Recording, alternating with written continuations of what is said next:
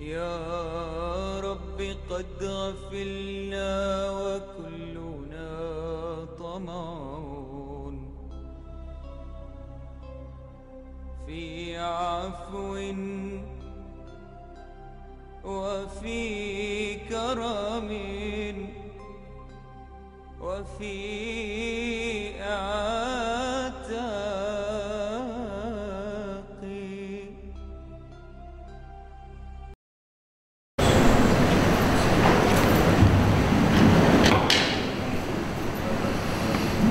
السلام عليكم ورحمة الله وبركاته. إن الحمد لله نحمده ونستعينه ونستغفره ونعوذ بالله من شرور أنفسنا ومن سيئات أعمالنا. من يهده الله فلا مضل له ومن يضلل فلا هادي له. أشهد أن لا إله إلا الله وحده لا شريك له وأشهد أن محمدا عبده ورسوله صلى الله عليه وسلم. رب اشرح لي صدري ويسر لي أمري واحلل عقدة من لساني يفقه قولي. سبحانك لا علم لنا إلا ما علمتنا إنك أنت العليم الحكيم ولا حول ولا قوة إلا بالله العلي العظيم. Muslimin muslimat yang saya kasihi, kita bersyukur kepada Allah Subhanahu wa taala dan mengucapkan selawat dan salam kepada junjungan Nabi Muhammad sallallahu alaihi wasallam. Muka surat 327 bawah. Al-Fudail bin Iyad berkata, pada hari kiamat kelak akan tiba dunia berlagak dengan keindahannya. Dunia akan tiba berlagak dengan keindahannya, lalu berkata, dunia berkata kepada Allah, ya Tuhan, kata dunia, jadikanlah aku rumah untuk sebaik-baik hamba-Mu. Dunia nak berkhidmat balik, tuan-tuan, pada hari kiamat nanti kepada manusia. Maka jawab Allah Subhanahu wa taala, aku tidak rela. Aku tidak rela untuk dunia berkhidmat balik ataupun nak menyediakan dirinya sebagai rumah hamba-hamba Allah. Allah kata, aku tak rela. Aku tak rela kamu menjadi rumah mereka. Allah berkata kepada dunia. Lantas Allah berkata, jadilah kamu sebagai debu. Jadilah kamu sebagai debu yang berhamburan. Allah berkata kepada dunia begitu. Jadilah kamu sebagai debu yang berhamburan. Maka ketika itu dunia menjadi debu yang berhamburan. Keterangan Fudail bin Iyad ini, tuan-tuan, nak menjelaskan kepada kita bahwasanya dunia dia bermohon kepada Allah Subhanahu wa taala untuk menjadi rumah kepada sebaik-baik hamba Allah pada hari kiamat nanti. Tapi Allah Subhanahu wa taala tidak merelakan. Mana cukuplah dunia semasa di dunia dahulu. Kamu menyediakan rumah untuk manusia.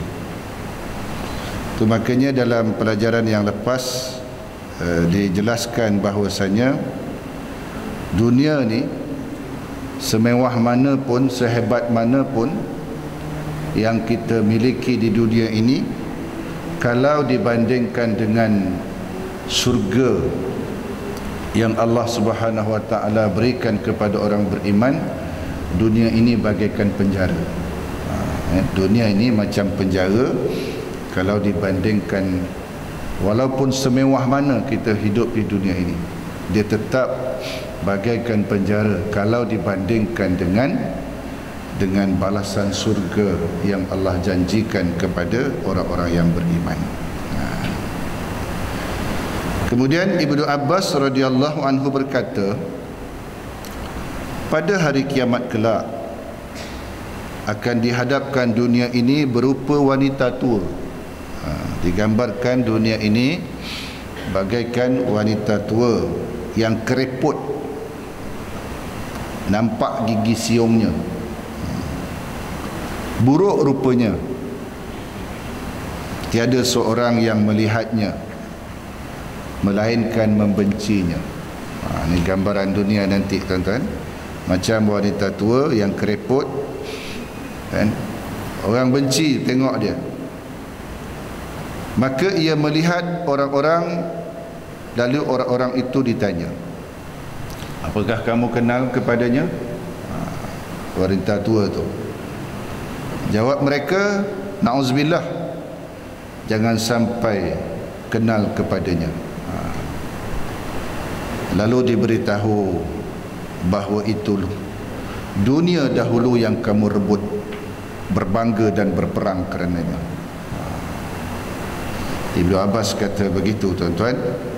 Jadi dunia ini nanti digambarkan bagaikan seorang wanita tua yang buruk paras rupanya. Disuruh, orang kata aku berkenalan pun tak nak dengan dia, sebab buruknya rupa dia. Lalu dikatakan, diberitahukan, itulah dunia yang dahulu kamu berebut-rebut. Itulah dunia yang dahulu kamu berbangga-bangga dengannya. Itulah dunia yang dahulu kamu berperang karenanya. Inilah yang saya pernah sebutkan, tuan-tuan. Umar bin Khattab ketika pulang sahabat-sahabat daripada Qadisiyah dengan membawa harta rampasan yang begitu banyak.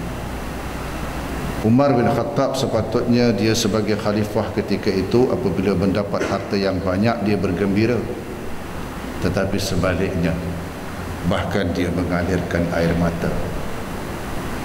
Lantas Abdurrahman bin Auf berkata, wahai Amirul Mukminin, sepatutnya engkau gembira dengan banyaknya harta rampasan yang kita miliki ini. Apa jawab? Tetapi kenapa engkau menangis? Apa jawab Umar bin Khattab? Disebabkan inilah manusia saling bermusuhan, orang-orang terdahulu. Orang-orang terdahulu saling bermusuhan disebabkan harta inilah. Aku juga bimbang, ia juga menjadi sebab persengketaan dan permusuhan antara sesama kita disebabkan dengan harta ini. Umar bin Khattab berkata begitu. Di samping itu, tuan-tuan dan puan-puan yang saya kasihi, cintakan kepada harta benda dunia ini. Ada ulama mengatakan hubbud dunia ini menyebabkan hati kita boleh jadi mati. Salah satu penyebab hati boleh jadi mati apabila seorang itu terlalu cinta kepada kebendaan, terlalu cinta kepada harta. Boleh menyebabkan hati itu mati. Jadi kalau hati itu mati, tuan-tuan, walaupun nampak badannya sihat, tapi apabila hatinya mati, dia tak olah tak ubahnya tidak seimbang, tuan-tuan. Kehidupannya itu tidak seimbang. Jadi maka dari itu, saya dan kita semua, tuan-tuan, berhati-hati dengan godaan dunia ini. Kemudian saya nak tambah sikit lagi berkaitan tentang hati mati ni, tuan. Dia ada beberapa perkara lagi yang boleh menyebabkan hati itu mati di samping hubbud dunia. Yang kedua adalah apabila seseorang itu dia menggunakan seluruh tubuh anggota badannya untuk menderhaka kepada Allah. Dia guna mulut untuk melafazkan kata-kata yang lagha, memfitnah dan sebagainya. Dia gunakan mata untuk melihat benda-benda yang tak sepatutnya kita lihat. Itu boleh menyebabkan hati itu mati, tuan-tuan. Teringat saya ada seorang ulama, tuan-tuan, ulama besar, saya lupa namanya. Dia biasa setiap malam bermimpi berjumpa dengan Rasulullah sallallahu alaihi wasallam. Setiap malam bermimpi. Satu hari tuan-tuan, dia ternampak wanita sedang membaca berita di TV-nya dengan tidak menutup aurat. Dia nampak seorang perempuan baca berita, nampaklah kan?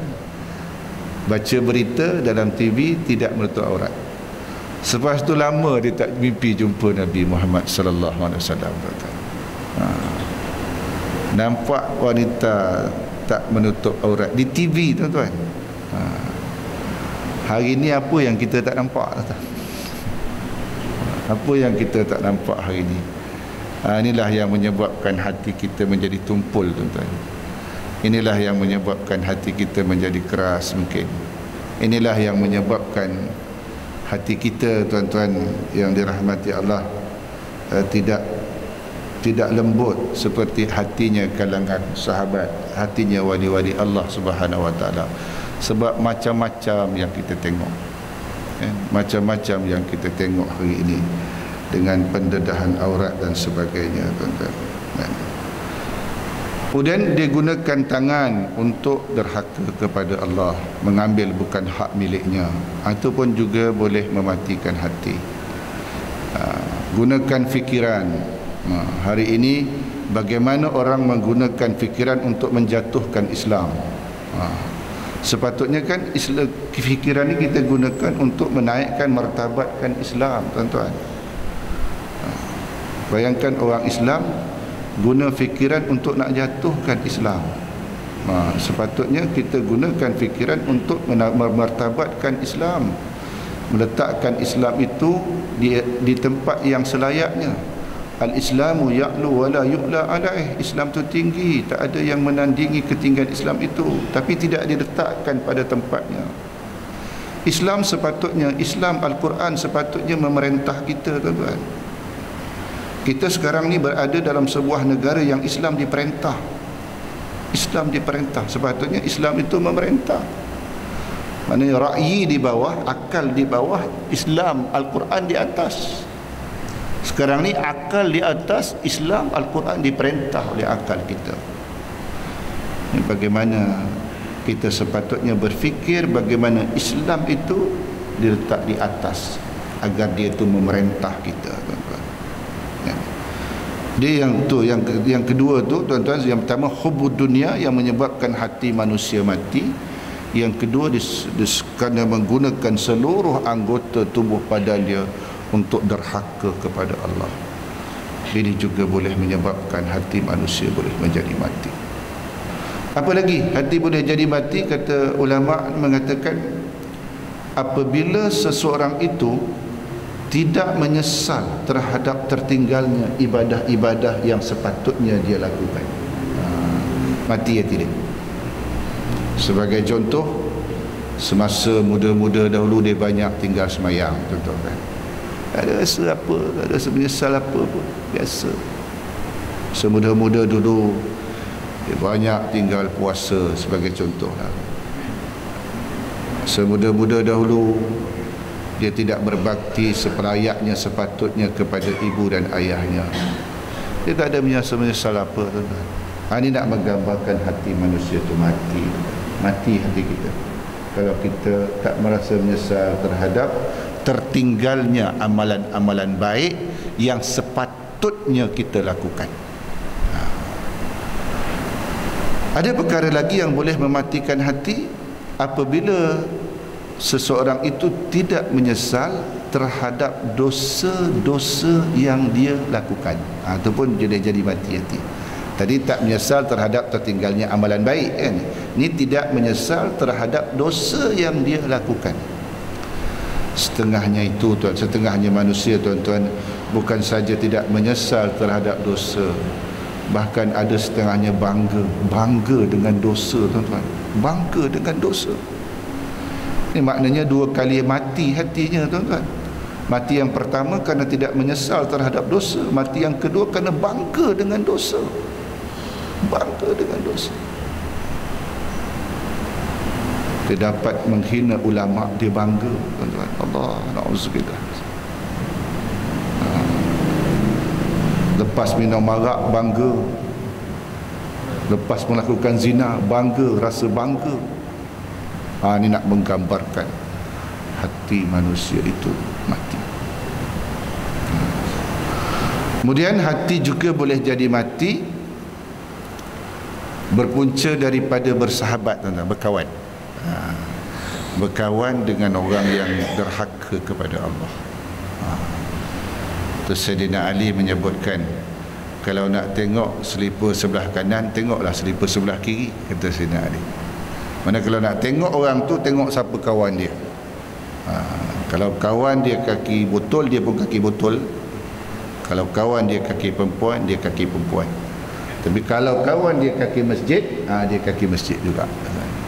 Tengok kawan dia. Tu makanya Rasulullah SAW pun menyebutkan, berkawan dengan orang baik ni sama dengan berkawan dengan orang jual minyak wangi, tuan-tuan. Berjalan dengan dia terbau harum dia. Tapi berkawan dengan orang jahat ni sama dengan berkawan dengan tukang besi. Sama dengan dia terpalit karat besi tu ataupun terbau hangit dia, tuan-tuan. Sahabat itu pun menentukan. Yang terakhir, tuan-tuan, hati boleh jadi mati disebabkan sumber makanan yang kita makan. Sama ada jenis makanan yang kita makan tu haram, ataupun sumber pendapatan kita itu bersumber daripada pendapatan yang haram. Itu boleh jadi mati hati kita, tuan.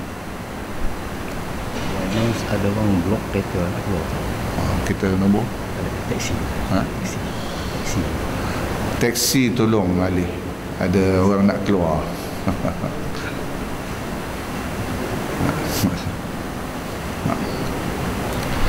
Jadi hati boleh mati disebabkan sumber makanan yang kita makan, tuan-tuan.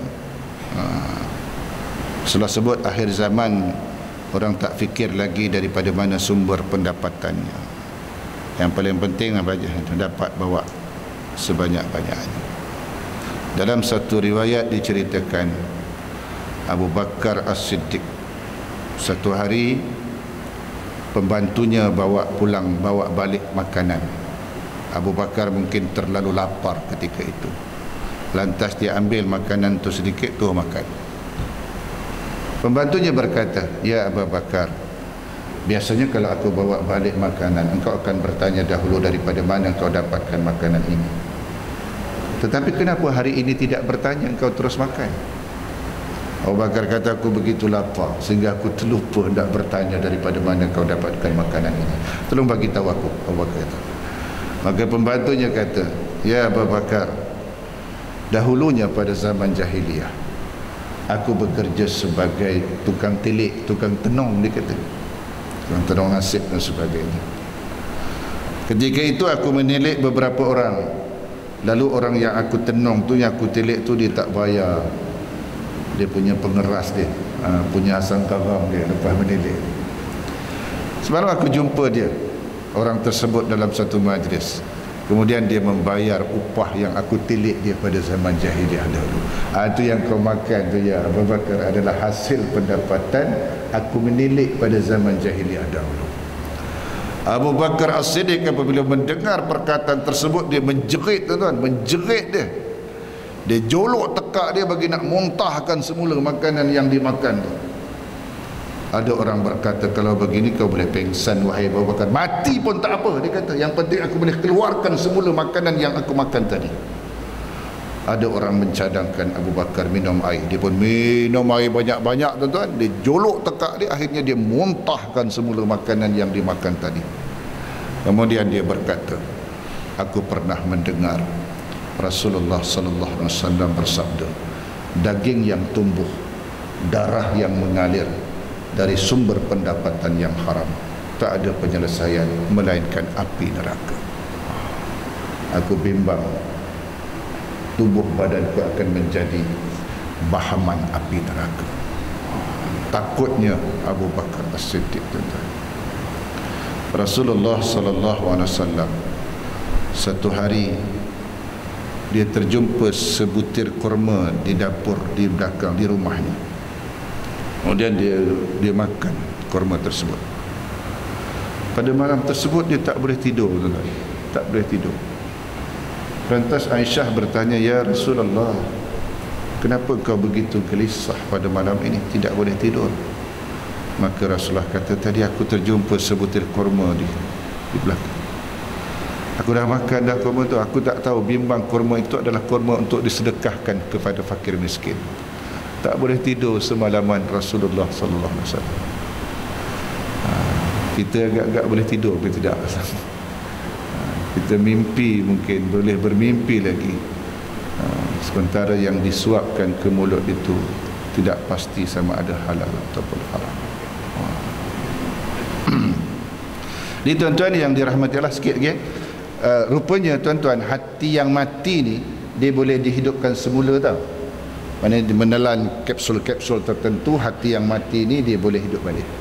Yang pertama, seorang ulama bernama Abdullah Al-Antaqi. Dia mengatakan ada beberapa perkara yang boleh menghidupkan hati itu yang mati. Yang pertama adalah majalisus salihin. Maknanya duduk dalam majlis bersama-sama dengan orang baik-baik. Maknanya duduk dalam majlis ilmu, tuan-tuan. Duduk dalam majlis ilmu, insya-Allah tuan-tuan, hati yang mati dia boleh hidup semula. Di samping malaikat-malaikat kan, kalau kita duduk dalam majlis seperti ini, malaikat-malaikat pun doakan kita untuk hidupkan hati kita, untuk lembutkan hati kita. Hati yang mati boleh hidup, hati yang keras boleh lembut. Yang kedua, boleh hidupkan hati yang mati adalah qiraatul Quran. Banyak-banyaklah baca Quran, tuan-tuan. Maknanya baca Quran tu, di samping membaca tu memang dah dapat pahala, tapi tolong tingkatkanlah, kita tingkatkan sama-sama untuk memahami isi kandungan Al-Quran itu. Sebab Al-Quran ini diturunkan fungsinya sebagai hudan linnas, tuan-tuan, sebagai petunjuk. Bukan hanya sekedar dibaca, tapi fungsi utama Al-Quran diturunkan adalah hudan linnas, sebagai petunjuk kepada manusia. Zalikal kitab la raiba fihi hudan lil muttaqin. Maknanya kita letakkan peranan Al-Quran itu sebagai hudan linnas, sebagai petunjuk dan sebagai al-furqan, pembeza antara hak dan batil. Kemudian yang ketiga yang boleh menghidupkan hati yang mati adalah qiyamul lail. Banyak-banyaklah bangun malam bertahajud, tuan-tuan. Ada seorang ulama bernama Ali bin Bakar, seorang wali Allah. Dia kata 40 tahun kebelakangan ini, saat yang paling tidak seronok dalam hidupku adalah ketika terbitnya fajar. Terbitnya fajar menyebabkan dia tidak gembira. Sebab apa? Sebab masanya untuk bersama dengan Allah di saat-saat yang hening itu telah berakhir. Tak seronok 40 tahun kebelakangan ini, kata Ali bin Bakar. Apa lagi yang boleh menghidupkan hati yang mati, tuan-tuan, adalah wa khala'ul batni, mengosongkan perut. Maknanya banyak-banyak berpuasa, di samping puasa fardu Ramadan, puasa-puasa sunat lah banyak-banyak, dia boleh menghidupkan hati yang mati. Apa lagi yang boleh menghidupkan hati yang mati adalah zikrul maut. Banyak-banyak ingat mati, banyak-banyak ingat kepada kematian. Maknanya apabila berlaku kematian seperti ini kan, mana kita ziarah sahabat kita tu, ketika mandikan, walaupun kita tak apa, kita tengok bagaimana dia dimandikan. Sebab giliran kita akan sampai satu ketika nanti untuk dimandikan. Lihatlah betapa ketika itu manusia tidak bermayanya, dimandikan, disabunkan, dibasuhkan badannya dan sebagainya, betapa tidak bermaya. Dan saat itu suatu ketika, mau tak mau, saya dan kita semua pasti akan melalui, pasti akan menghadapi. Dan ziarah kubur juga adalah merupakan perkara yang boleh melembutkan hati-hati yang mati. Okey, tuan-tuan, untuk hari ini kita cukupkan sampai di sini sahaja. Jadi tuan-tuan yang dirahmati Allah, jadi dunia sebagaimana yang tadi kita sebutkan, dunia di sana nanti di akhirat digambarkan bagi seorang orang tua yang bongkok, yang buruk rupanya. Nak suruh berkenalan pun kita tak nak, tapi diberitahukan itulah dunia yang kita dahulu berebut, itulah dunia yang dahulu kita berbangga, itulah dunia yang dahulu kita berperang, bersengketa adik-beradik karenanya. Itulah dia, tuan-tuan. Jadi saya situ saja, kita tangguh dengan tasbih kafarah dan salatul as. Subhanakallahumma wa bihamdika asyhadu an la ilaha illa anta astaghfiruka wa atubu ilaik. Bismillahirrahmanirrahim. Wa asri ila insana lafi khusr illa allazina amanu wa amilus salihat wa tawassaw bil haqq wa tawassaw bis sabr. Wabillahi taufiq wal hidayah. Assalamualaikum warahmatullahi wabarakatuh.